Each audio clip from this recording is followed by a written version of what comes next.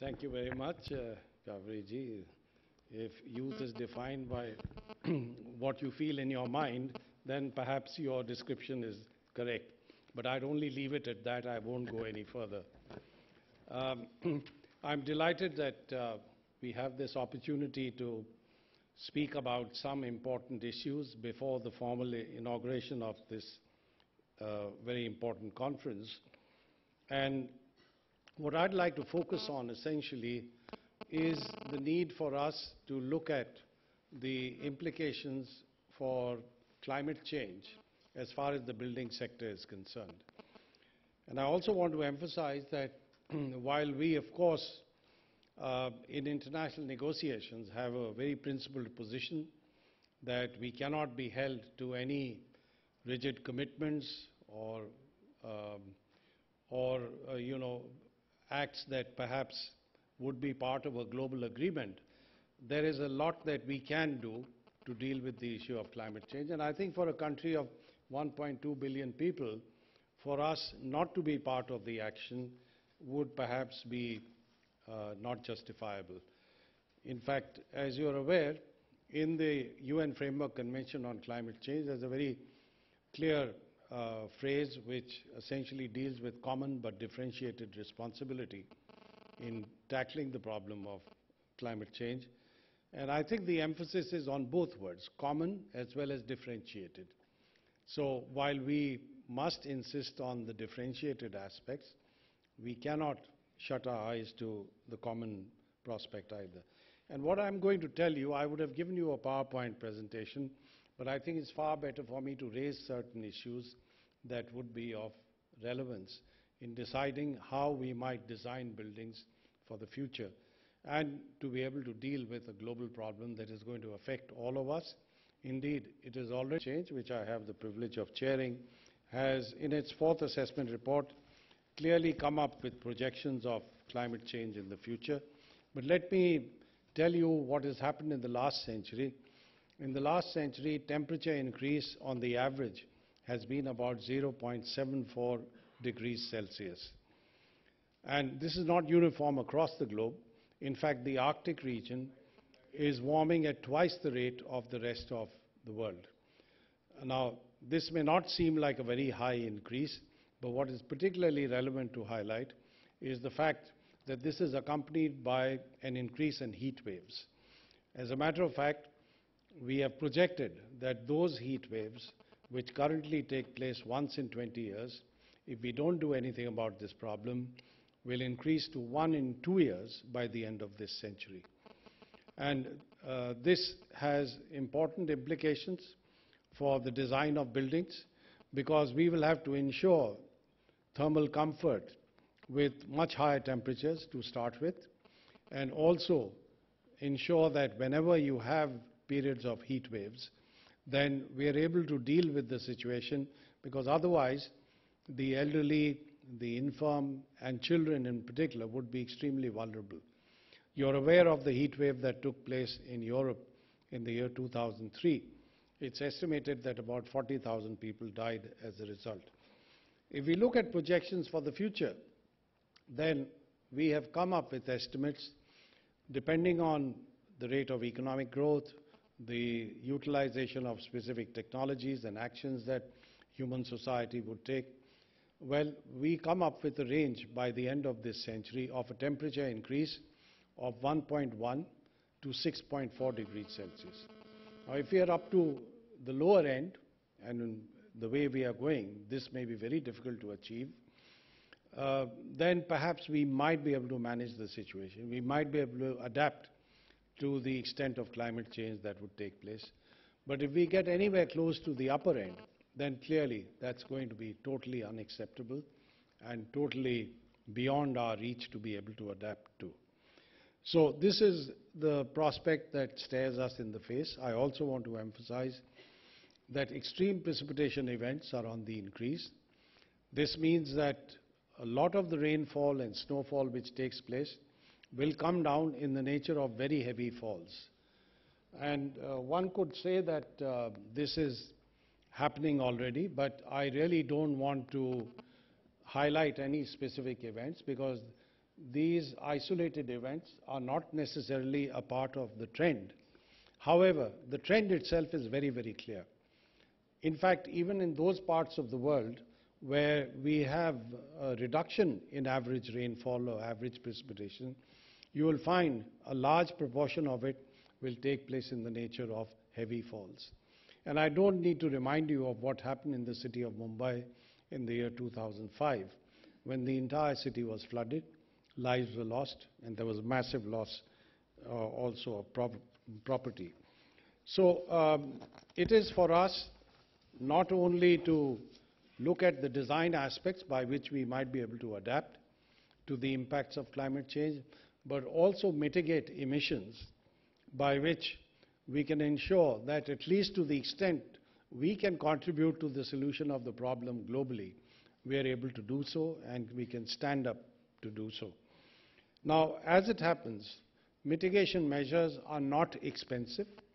In fact, as my colleague Millie has already told you, it is a myth to believe that efficient design of buildings is expensive. We ourselves in TERI have constructed a number of buildings which we use, and we have gone out of our way to see that these are energy efficient. In fact, a training complex that we have on the outskirts of Delhi in district Gurgaon uses no power from the grid. And I can tell you that with all the factors that we have built into the design of the building, we find that we are saving money on running that building. Indeed, initially you may have to make a somewhat higher investment, but the savings that you achieve in the operation of the building, in the cost of energy that you're going to use, more than justifies the initial investment. In fact, the payback period is very, very attractive. We have done the same with our building in Bangalore, which incidentally is a fairly large building and uses no air conditioning. Similarly, we have the TERI University campus in Vasant Kunj. There also we have built-in features that are not only efficient in the use of energy but also water. And I think we have to be conscious of the fact that our ecological footprint on this planet cannot be allowed to increase without any degree of control, without any sense of responsibility. Because we are all citizens of planet Earth and there's no other place we can go, even though you might get a few flights going into outer space in the future. I know Sir Richard Branson, the chairman of Virgin Atlantic, is putting together a plan by which he's going to charge people to go into outer space. I hope they come back.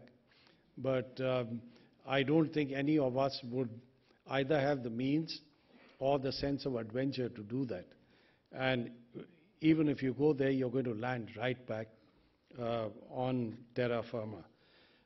The point I'd like to make is that we have assessed in the IPCC that if you want to stabilize the temperature at no more than roughly 2 degrees Celsius, then we have a very short window of opportunity globally.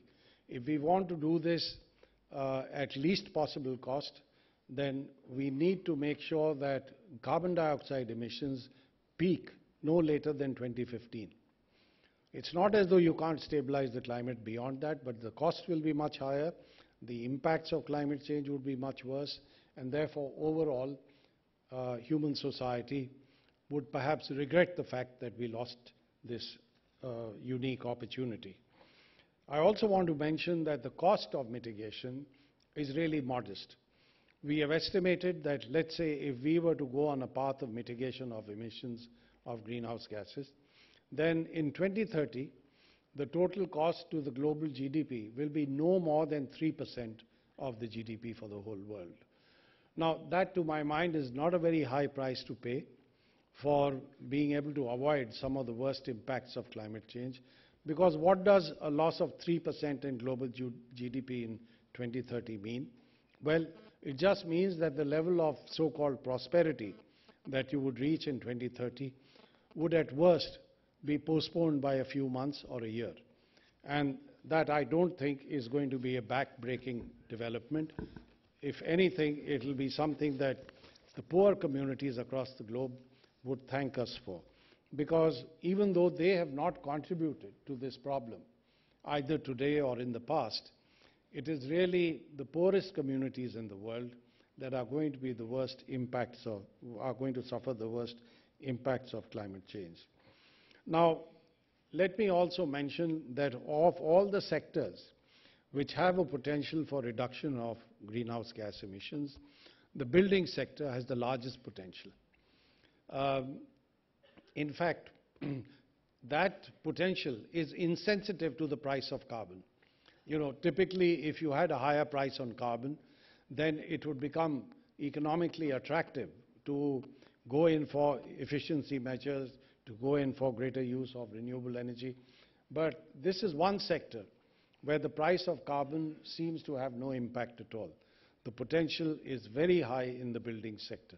And this is where I come to the next point that I wanted to make, that reducing the emissions of greenhouse gases carries a huge number of co-benefits. What are these co-benefits? Well, firstly, you would have a much higher level of energy security if we constructed buildings that are going to be far more efficient than what we have today. Because let's face it, this country is becoming excessively dependent on imports of fossil fuels, not just petroleum, but also coal. And I think if we want to manage this problem in a way that is sustainable, that is not going to disrupt our economy, then it's critically important that the building sector, which is going to grow very rapidly, as you've just heard, will have to lead the way, will have to show design capabilities by which we are able to ensure energy security for the country.